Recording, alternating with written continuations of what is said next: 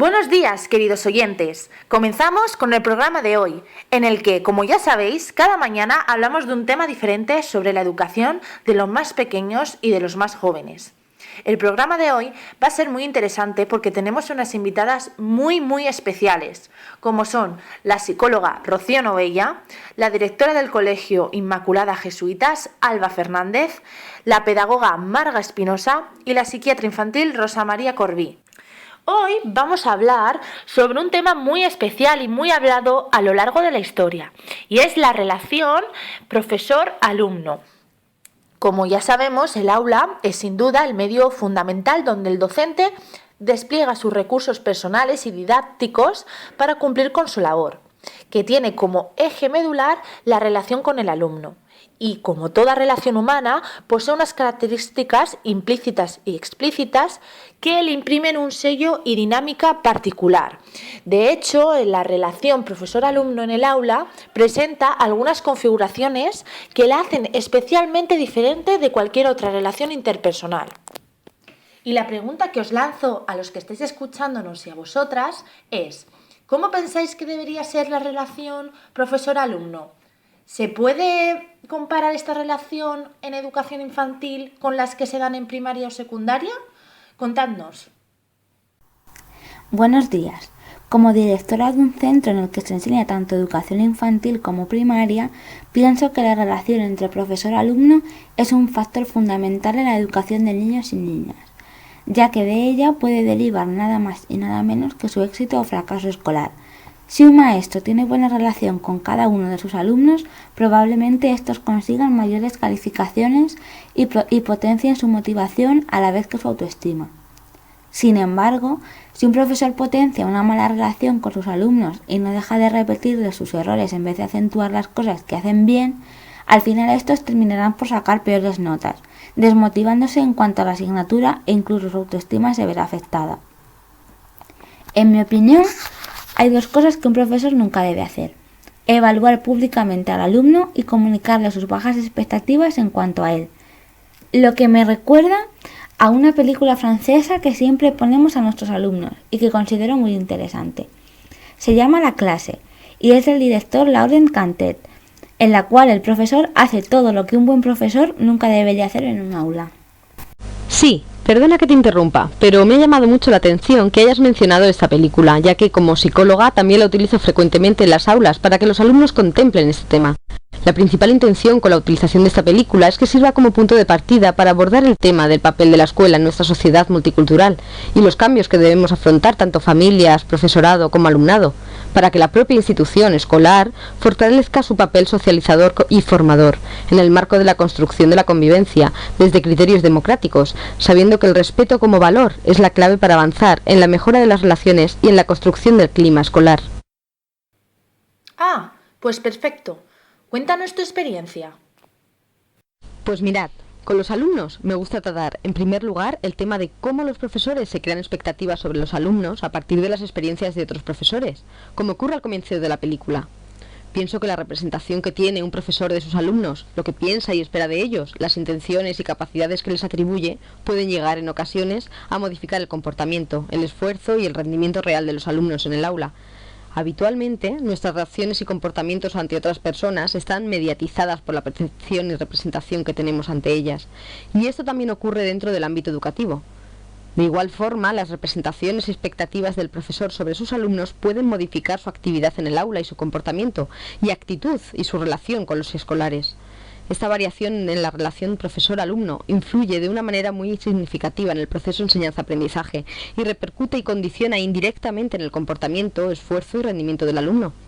Es por ello que muchas veces las calificaciones de los alumnos y el trato que van a recibir por parte de los docentes se ven condicionadas por estas expectativas iniciales. Es decir, si el docente se crea la expectativa de que un alumno va a tener un mal comportamiento en el aula y que va a sacar calificaciones muy bajas a consecuencia de esto, probablemente ese alumno obtenga un peor trato y una motivación menor que otro alumno del que el profesor espere mucho más y en definitiva acabe sacando esas bajas calificaciones y las predicciones del profesor se acaben cumpliendo. Entonces, lo que estás diciendo es que cuando un alumno es conflictivo y saca malas notas, es todo culpa del profesor. Para nada, Andrea. En estos comportamientos influyen más factores de los que creemos. Tanto padres como profesores tendemos a culpar solamente a los alumnos de su mal comportamiento, pero hay que tener en cuenta que desde pequeños se ven influenciados por la familia, los profesores y el entorno social en el que se encuentran. Además de que cada niño tiene su propia personalidad que va construyendo poco a poco conforme crece y va relacionándose con estos tres factores. A lo largo de nuestra trayectoria como docentes nos vamos a encontrar a personas totalmente distintas unas de otras. Unas serán introvertidas, otras extrovertidas y sin problemas para establecer una relación con los demás. Además de que unas tendrán una gran inteligencia emocional, es decir, que serán capaces de controlar y administrar sus emociones, mientras que otras padecerán de neuroticismo.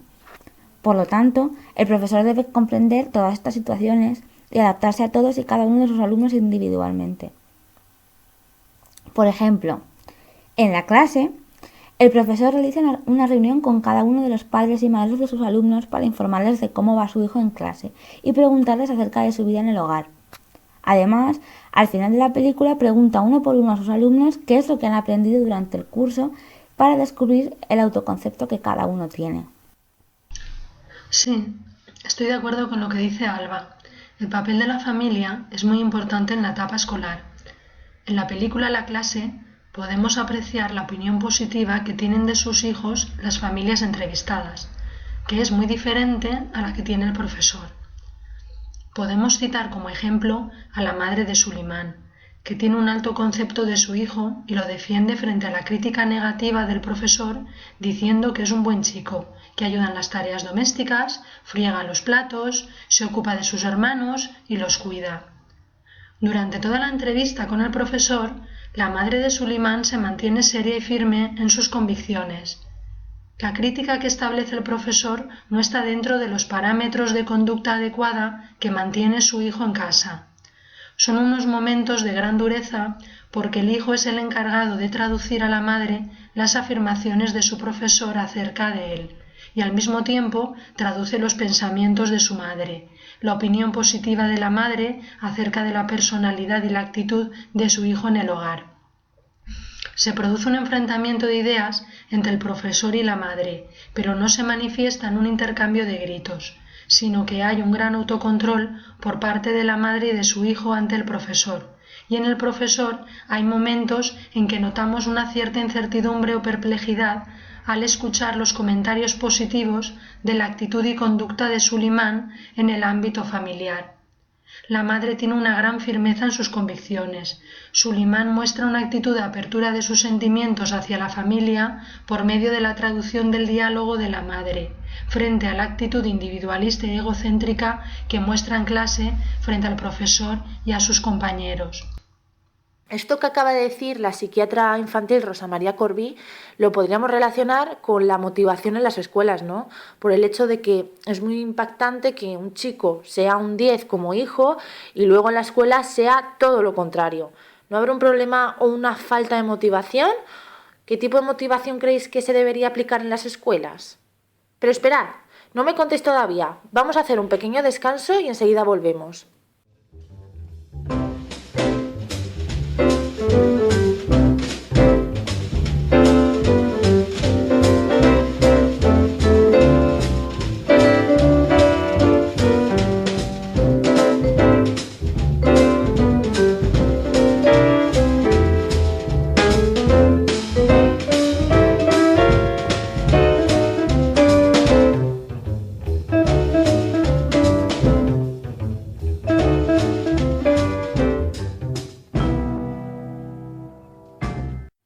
Bien, ya estamos de vuelta. Bueno, cuéntanos, Marga, por ejemplo, ¿qué piensas sobre la motivación de Sulimán y de los chicos y chicas de hoy en día?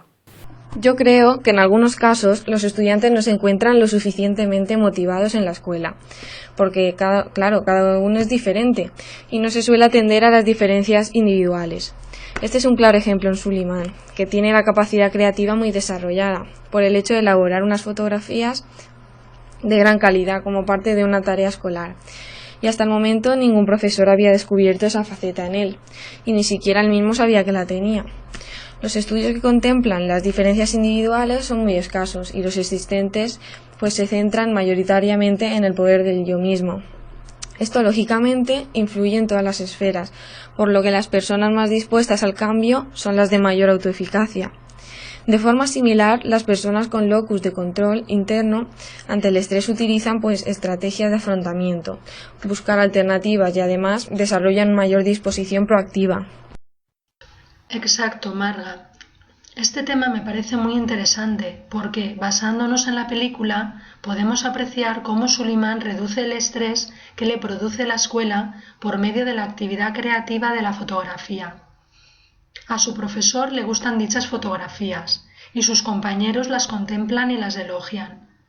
Este factor influye en él en la medida que en ese momento en particular se siente aceptado por el profesor y por la totalidad de sus compañeros. Es la primera vez que desde el ámbito escolar se alaba una acción realizada por él y se siente satisfecho, se siente contento.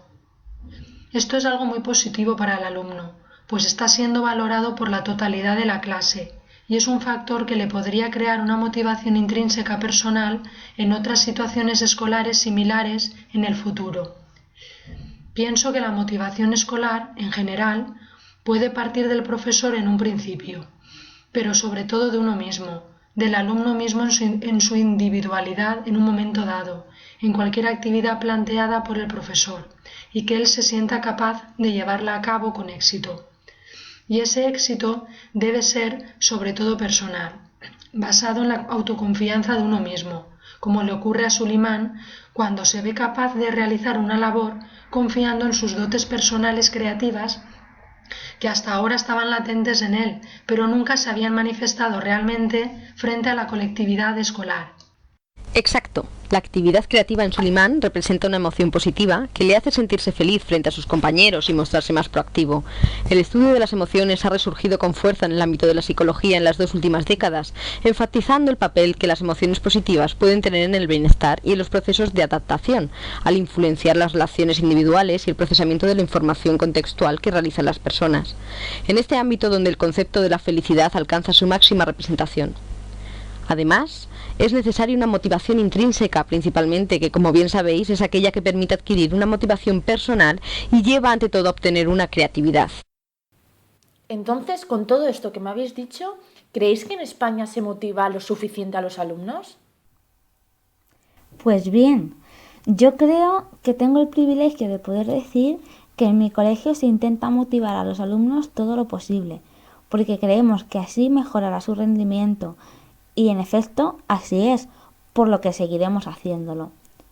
En cuanto al resto de España, desgraciadamente he podido comprobar que en la mayoría de colegios no se trabaja apenas nada con la motivación de los niños, ya que los profesores se obsesionan porque memoricen contenidos y hagan todas las actividades correctamente, rindiéndoles o proporcionándoles bajas calificaciones si esto no sucede. Ya como opinión propia, pienso que los alumnos trabajan mucho mejor si en vez de decirles las cosas que han hecho mal, se les dicen las que han hecho bien y se pone mayor énfasis en ellas, puesto que con ello estás ayudando a aumentar su autoestima y a redefinir su autoconcepto. Y creedme, es fantástico ver cómo un niño que a principio de curso era tímido y no destacaba en casi nada, conforme iban pasando los días, se iba convirtiendo en un alumno excelente, tanto académica como personalmente, porque no tenemos que olvidar que nuestro papel principal en la docencia es el de formar buenas personas. Pero sin embargo, existe también la cara opuesta a esa realidad. Esto lo vemos claramente en una escena de la película que hemos estado comentando, donde una chica le dice al profesor que no ha aprendido nada durante el curso. La cuestión es, ¿por qué esa chica siente tal desmotivación ante las clases y tiene un concepto tan pobre de sí misma? Alba, siento confirmarte que es así. El nivel de fracaso escolar es muy amplio y la principal causa es la falta de motivación. La motivación es lo que induce a una persona a realizar alguna acción y en el caso de la enseñanza nos referimos a la estimulación de la voluntad de aprender. No debemos entender la motivación como una técnica o un método de enseñanza, sino como un factor que siempre está presente en todo proceso de aprendizaje. La falta de motivación es señalada como una de las causas primeras del deterioro y uno de los problemas más graves del aprendizaje, sobre todo en educación formal. Numerosas investigaciones realizadas han mostrado la importancia de la motivación en el aprendizaje. Sin motivación no hay aprendizaje. Pero algunos factores detectados principalmente son la falta de motivación del propio profesor, los pocos recursos disponibles, el establecimiento de objetivos no definidos de manera correcta, el mal clima de la sala de clases y las propias expectativas personales de los alumnos. Por ello, debemos fomentar un cambio en la mentalidad, tanto en los docentes como en el entorno de aprendizaje de alumnos, como en casa, ya que los padres también juegan un papel fundamental en este tema. ¿Esto último también lo deben tener en cuenta los padres de los niños? ¿O ya que en la escuela exaltan sus virtudes, son ellos los encargados de ponerle los pies sobre la tierra e informarles de sus errores? Yo pienso que lo que Alba quería decir no es que no se deban decir los errores que un niño ha cometido, sino que por el contrario se les deben comunicar para que puedan mejorar poco a poco, pero saltando el doble de sus aciertos, ¿no es verdad? Así es, Marga. Por ello nos gustaría que escuchases un fragmento de un vídeo que anda por YouTube, de un videoblogger bastante conocido. Su nombre es J. Pelirrojo y en sus vídeos se dedica a hablar de diversos temas. Este en concreto se titula Lo siento, tu padre es tonto, lo que creo que deja bastante claro el contenido del vídeo. Pues bien, vamos a escucharlo. Estad atentos.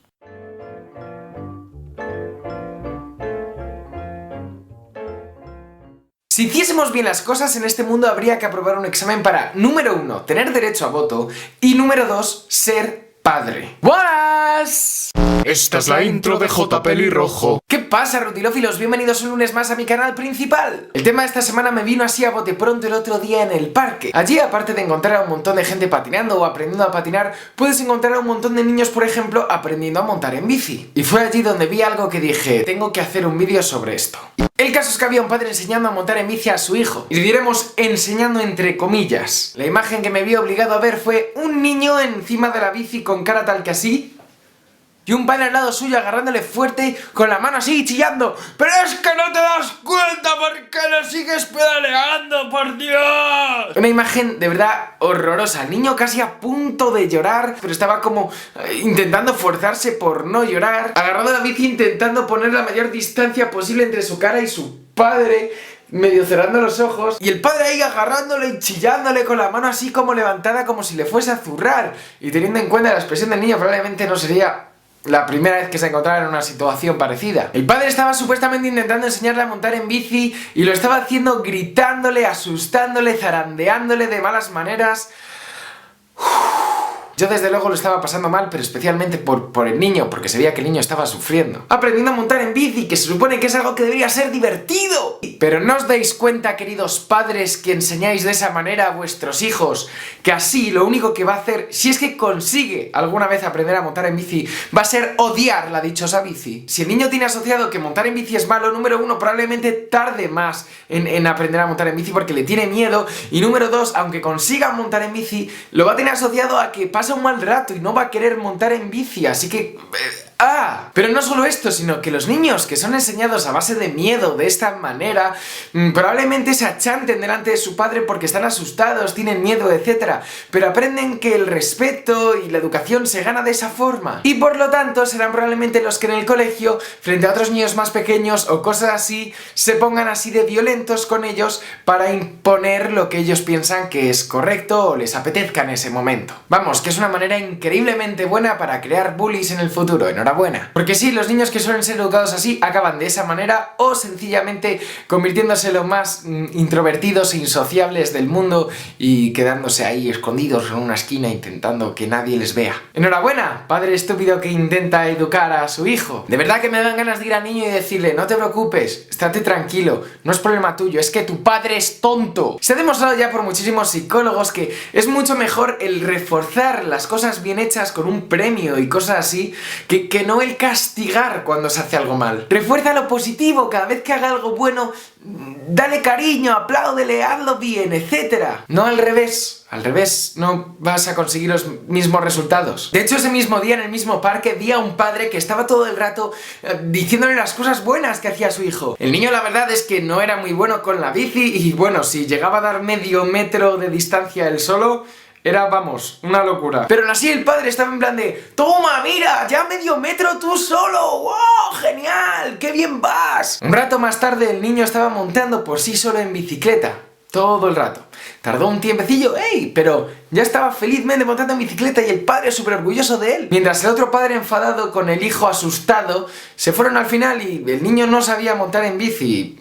Reitero, probablemente le tenga miedo para el resto de su vida. A veces los padres no se dan cuenta que de la educación que reciben principalmente de ellos, que van a ser sus modelos y ejemplos a seguir, depende mucho la forma de ser que va a tener su hijo en el futuro cuando sea un hombre adulto o una mujer adulta. Y a menudo solemos copiar los hábitos que hemos aprendido de nuestros padres, cosa que vemos, cosa que hacemos. Así que si vemos a nuestro padre gritar y enfadarse y cosas así para enseñarnos cosas, nosotros haremos lo mismo con otras personas. Y con esto no quiere decir que te conviertas en el mejor amigo de tu hijo porque eres su padre y eso no va a pasar y... no. Pero no por ello tienes que ser su enemigo, puede ser un apoyo. Cuando tenga un problema, cuando lo que sea, vaya a acudir a ti y tú puedas ayudarle a mejorar, a solucionarlo, a lo que sea. Pero si te conviertes en esa fuente de provocación de miedo y demás, no va a acudir a ti, no va a intentar dejar que tú le ayudes a solucionar las cosas en el futuro, así que no seas tonto, sé un apoyo. Y si tu hijo tarda un poco en aprender a montar en bici, pues tarda un poco, no te tienes que enfadar porque el niño no está aprendiendo a montar en bici para tocarte las narices, no está aprendiendo porque por lo que sea no le sale y tú le estás asustando al chillarle. Así que si tu hijo no está aprendiendo a montar en bici es en gran parte por tu culpa. Así que deja ya de asustarle, intenta apoyarle un poco, intenta que se divierta montando en bici y a lo mejor así el niño aprenderá. Y bueno, hasta aquí el tema de la semana. Y ahora sí, rutilófilos, soy J Pelirrojo y nos vemos mañana en otro vídeo. Hasta entonces, sed felices.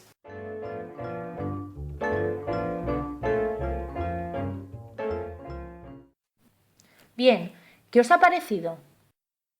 Yo creo que transmite una idea muy clara y concisa, y sinceramente espero que muchos padres nos estén escuchando en este momento y se replanteen la manera en que están educando a sus hijos. Vamos con otra breve pausa. No dejen de escucharnos, enseguida volvemos.